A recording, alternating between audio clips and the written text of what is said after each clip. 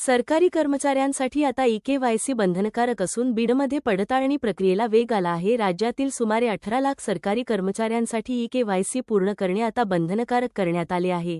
काही कर्मचाऱ्यांनी दुबार नोंदणी करून दोनदा वेतन घेतल्याचे प्रकार समोर आल्यानंतर राज्य शासनाच्या वित्त विभागाने हा महत्त्वपूर्ण निर्णय घेतला आहे। प्रशासनातील पारदर्शकता वाढवण्यासाठी तसेच दुबार वेतन रोखण्यासाठी सेवार्थ प्रणालीमध्ये आधार क्रमांक, पॅन कार्ड आणि बँक खाते क्रमांक अद्ययावत करणे आवश्यक करण्यात आले आहे। एप्रिल 2026 चे वेतन मे महिन्यात वितरित करण्यापूर्वी ही प्रक्रिया पूर्ण करणे अनिवार्य आहे। ही प्रक्रिया वेळेत पूर्ण न करणाऱ्या कर्मचाऱ्यांचे वेतन रोखले जाणार असल्याचे प्रशासनाने स्पष्ट केले आहे।